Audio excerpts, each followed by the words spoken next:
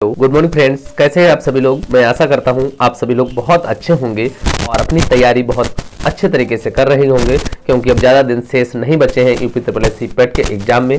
आज हम लोग भारत एवं विश्व के भूगोल से कुछ चुनिंदा प्रश्नों को लेकर के हाजिर हुए हैं। बहुत ही महत्वपूर्ण प्रश्नों का संकलन है इसमें। यह प्रैक्टिस सेट आप लोग लगाएंगे और हमें बताएंगे कि कितने क्वेश्चंस आपके करेक्ट हुए हैं और ये प्रैक्टिस सेट आपको कैसा लगा। अगर वीडियो पसंद आए तो प्लीज एक लाइक अवश्य करें। तो आइए इस वीडियो को स्टार्ट करते हैं। इस वीडियो का पहला प्रश्न आपकी स्क्रीन पर आ चुका है, देखते हैं। पहला प्रश्न है कि भारत में जननांकी इतिहास में महाविभाजन का वर्ष कौन सा है। 1921, 1947, 1951 या 1982। राइट आंसर है आपका ऑप्शन ए 1921 ईस्वी का जो वर्ष है ये भारत में जननांकी इतिहास का महाविभाजन का वर्ष कहलाता है। याद रखेंगे। नेक्स्ट प्रश्न की ओर बढ़ेंगे। अगला क्वेश्चन आपकी स्क्रीन पर। वर्ष 2011 की जनगणना में निम्नलिखित में से किस राज्य की जनसंख्या में कमी आई है, या इसे कह सकते हैं ऋणात्मक वृद्धि। क्या कहा जाता है इसे? ऋणात्मक वृद्धि हुई है। यह भी पूछा जा सकता है, इंपॉर्टेंस प्रश्न है। नागालैंड, केरला, सिक्किम या मणिपुर। राइट आंसर आपका क्या होगा वो आप लोग कमेंट बॉक्स में कमेंट करके बताएं। तो राइट आंसर इसका जो है वो आपका ऑप्शन ए है, नागालैंड। जो 2011 की जनगणना के आंकड़े सामने आए थे उसमें जो ऋणात्मक वृद्धि थी, या कह सकते हैं कि जनसंख्या में कमी आई, वो आपका था नागालैंड। याद रखेंगे। नेक्स्ट क्वेश्चन की ओर बढ़ेंगे। क्वेश्चन नंबर 3 आपकी स्क्रीन पर।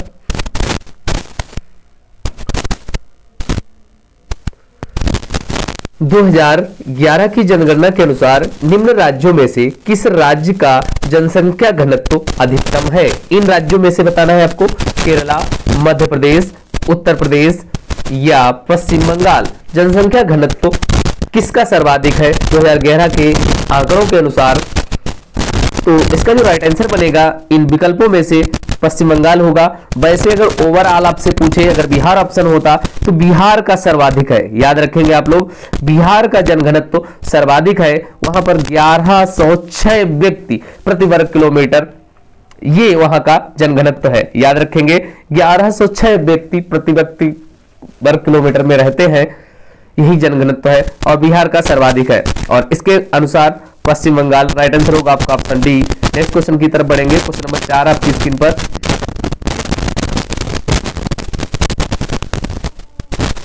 पूर्वी तटीय मैदान का एक अन्य नाम क्या है। कोंकण तटीय मैदान, गुजरात मैदान, कोरोमंडल तटीय मैदान या मालाबार तटीय मैदान। राइट आंसर क्या होगा आपका कमेंट बॉक्स में कमेंट करें। राइट आंसर है आपका ऑप्शन सी, कोरोमंडल तटीय मैदान। कोरोमंडल तटीय मैदान ये पूर्वी तटीय मैदान का एक अन्य नाम है। नेक्स्ट क्वेश्चन की ओर बढ़ेंगे। क्वेश्चन नंबर 5 आपकी स्क्रीन पर।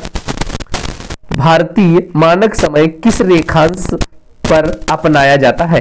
75 डिग्री, 75.5 डिग्री ईस्ट रेखांश या 82 डिग्री 5 मिनट ईस्ट रेखांश या 90 डिग्री 90.5 डिग्री ईस्ट रेखांश या 0 डिग्री रेखांश। राइट आंसर होगा आपका ऑप्शन बी 82.5 डिग्री ईस्ट रेखांश को भारतीय मानक समय रेखांश अपनाया जाता है। Option B is the correct answer. Next question, question number 6 आपकी स्क्रीन पर। भारतीय उपमहाद्वीप मूलतः एक अंग था किसका। जुरैस्क लैंड का, लारेशिया का, आर्यावर्त का या गोंडवाना लैंड का। राइट आंसर बनेगा आपका ऑप्शन डी, गोंडवाना लैंड का। भारतीय जो उपमहाद्वीप है ये गोंडवाना लैंड का ही भाग था। नेक्स्ट क्वेश्चन देखेंगे। क्वेश्चन नंबर 7 आपकी स्क्रीन पर आ चुका है। निम्नलिखित में से किस देश के साथ भारत की अंतरराष्ट्रीय सीमा नहीं लगती है। पाकिस्तान, भूटान, श्रीलंका या बांग्लादेश। राइट आंसर जो बनेगा आपका वो ऑप्शन डी होगा। श्रीलंका के साथ भारत अपनी अंतरराष्ट्रीय सीमा स्पर्श नहीं करता है, बल्कि यहां पर समुद्री सीमा है। और पाकिस्तान, भूटान, बांग्लादेश इनके सभी के साथ भारत अपनी अंतरराष्ट्रीय सीमा शेयर करता है, यानी अंतरराष्ट्रीय सीमा से लगे वाले देश हैं। नेक्स्ट क्वेश्चन देखेंगे। क्वेश्चन नंबर 8 आपकी स्क्रीन पर। निम्नलिखित में से कौन से देश पाल्क स्ट्रेट से जुड़े हुए हैं। पाल्क स्ट्रेट से जुड़े हैं भारत एवं श्रीलंका, उत्तरी कोरिया एवं दक्षिणी कोरिया, पाकिस्तान एवं चीन, ब्रिटेन एवं फ्रांस। राइट आंसर बनेगा आपका ऑप्शन ए, भारत एवं श्रीलंका जो है पाक स्टेट यानी पाक जलडमरू मध्य से जुड़े हुए हैं। नेक्स्ट क्वेश्चन, गाडविन ऑस्टिन है एक क्या? दर्रा, शिखर, टेलीस्कोप आविष्कारक या भूवैज्ञानिक? राइट आंसर है आपका ऑप्शन बी, गाडविन ऑस्टिन एक शिखर है और ये भारत में सबसे ऊंची चोटी जो है गाडविन ऑस्टिन है K2 के नाम से जानी जाती है। इसकी ऊंचाई जो है वो 8,611 मीटर है और ये माउंट एवरेस्ट के बाद विश्व की दूसरी सबसे ऊंची चोटी भी है। नेक्स्ट क्वेश्चन देखेंगे, बृहत्तर हिमालय जिसे ग्रेटर हिमालय भी कहा जाता है, इसका दूसरा नाम क्या है? हिमाद्री, सह्याद्री, असम हिमालय या शिवालिक? राइट आंसर है आपका ऑप्शन ए, हिमाद्री। इसे हिमाद्री कहा जाता है। लोनार झील कहाँ स्थित है? लोनार झील कहाँ स्थित है? तमिलनाडु, केरला, महाराष्ट्र, गुजरात? राइट आंसर आपका बनेगा ऑप्शन सी, महाराष्ट्र। लोनार झील जो है ये महाराष्ट्र में है और बुलढाणा जिले में, कहां पर है? महाराष्ट्र के बुलढाणा जिले में स्थित है और ये खारे पानी की झील है। कैसी है? लोनार झील ये खारे पानी की झील है। नेक्स्ट,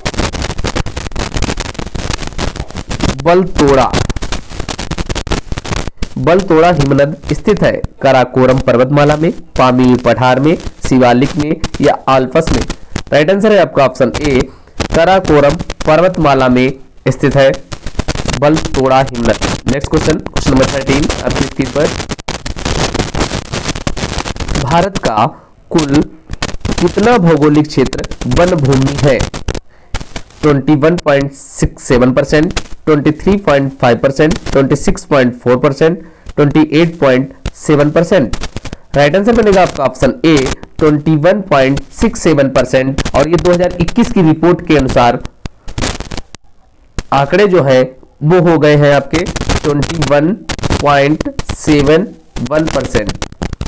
ये याद रखेंगे आप लोग। 2021 के आंकड़ों के अनुसार 21.71% हो गया है। पहले जो आंकड़े दिए रहे थे वो 21.67 है, तो ऑप्शन ए आप लगाएंगे। नेक्स्ट क्वेश्चन की तरफ बढ़ेंगे, भागीरथी और अलकनंदा के संगम पर स्थित नगर है? रुद्रप्रयाग, विष्णुप्रयाग, देवप्रयाग या कर्णप्रयाग? राइट आंसर है आपका ऑप्शन बी, देवप्रयाग।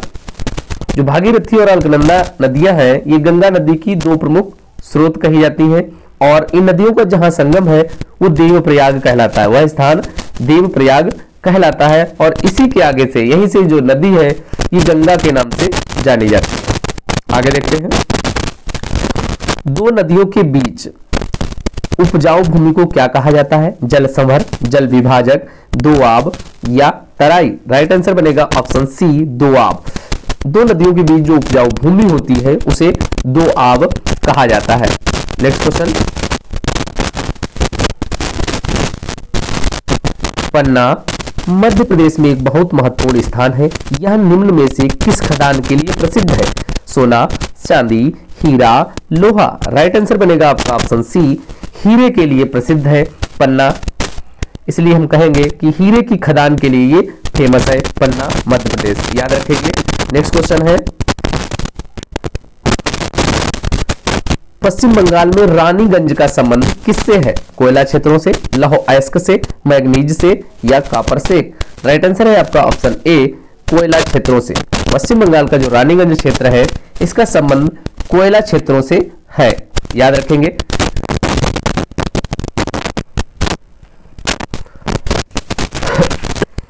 नेक्स्ट प्रश्न, अब ये कुछ प्रश्न जो है विश्व के भूगोल से होंगे यानी वर्ल्ड ज्योग्राफी से आएंगे आपके सम्मुख। क्वेश्चन इस प्रकार है, 2011 की जनगणना के अनुसार भारत की जनसंख्या विश्व की जनसंख्या का कितने प्रतिशत है? 17.5%, 18.50%, 18.90% या 19.05%? तो विश्व की जनसंख्या का, भारत की जो जनसंख्या है वो लगभग 17.5% थी 2011 की जनगणना के अनुसार, याद रखेंगे। Option A is the correct answer. Next question, दुनिया की सबसे ऊंची चोटी दुनिया की सबसे ऊंची चोटी माउंट एवरेस्ट का नेपाल में एक लोकप्रिय नाम क्या है? महलांगुर, सागरमाथा, चोमोलंगमा या खुम्बुस्ते? राइट आंसर बनेगा आपका option B, Sagarmatha.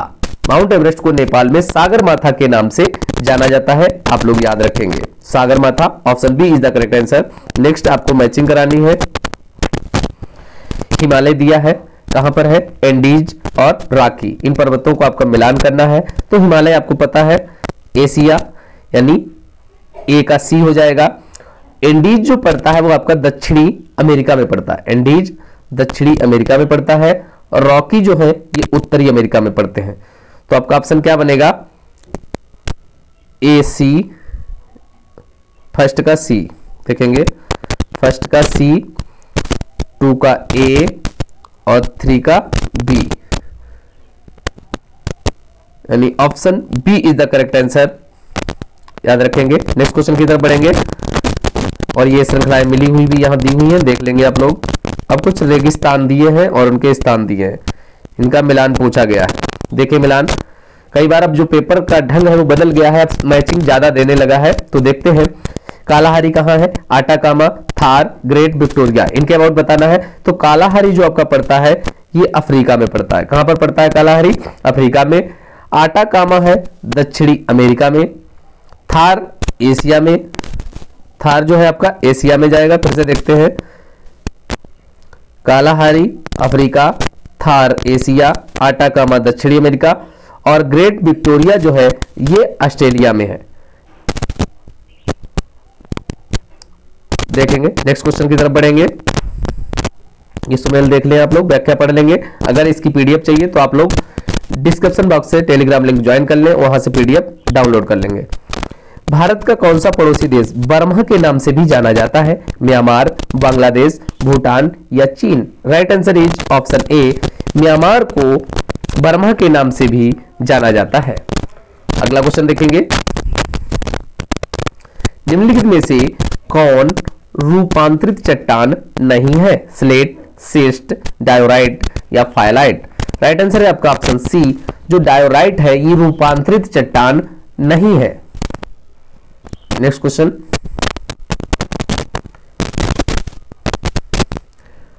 Obsidian, andesite, gabbro और पैरोडाइट क्या है? अंतर्वेदी चट्टान, अवसादी चट्टान, बहिर्वेदी चट्टान या कायांतरित चट्टान? तो राइट आंसर बनेगा आपका ऑप्शन सी, ये बहिर्वेदी चट्टान है। ये सभी आग्नेय चट्टानों के अंतर्गत ही आती हैं। बहिर्वेदी चट्टान है और आग्नेय चट्टानों के अंतर्गत आती हैं, याद रखेंगे। नेक्स्ट क्वेश्चन, निम्नलिखित में से किस देश में अमेजन नदी बहती है? संयुक्त राज्य अमेरिका, फ्रांस, ब्राजील या कनाडा? निम्नलिखित में से किस राज्य में किस देश में दोस्तों अमेजन नदी बहती है? संयुक्त राज्य अमेरिका, फ्रांस, ब्राजील या कनाडा? तो अमेजन नदी जो है दक्षिणी अमेरिका महाद्वीप के ब्राजील से होकर के बहती है। दक्षिण अमेरिका के महाद्वीप से निकल करके ब्राजील से होकर बहती है। तो ऑप्शन आपका यहां पर बनेगा सी।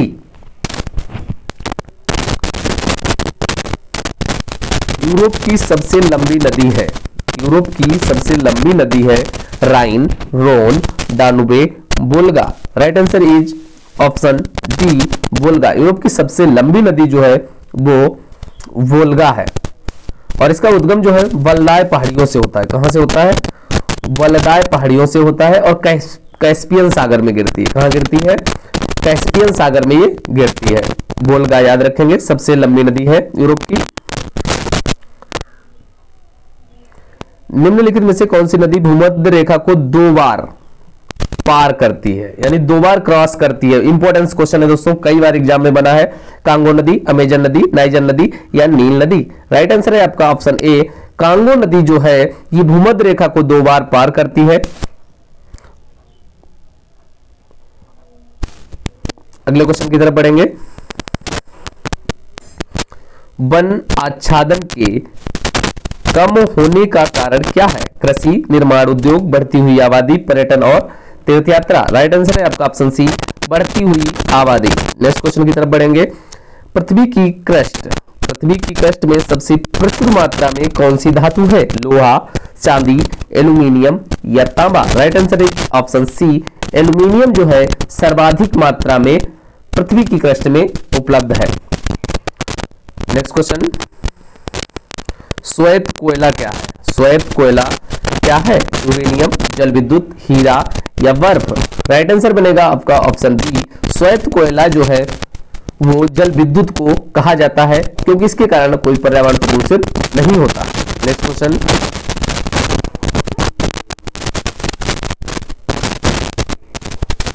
किसी स्थान पर तापमान, आर्द्रता, वर्षा, वायुवेग आदि के संदर्भ में वायुमंडल की प्रतिदिन की परिस्थिति उस स्थान को कहलाती है? जलवायु, परिस्थिति, पर्यावरण या मौसम? राइट आंसर होगा आपका ऑप्शन बी, मौसम कहलाएगा। Next question,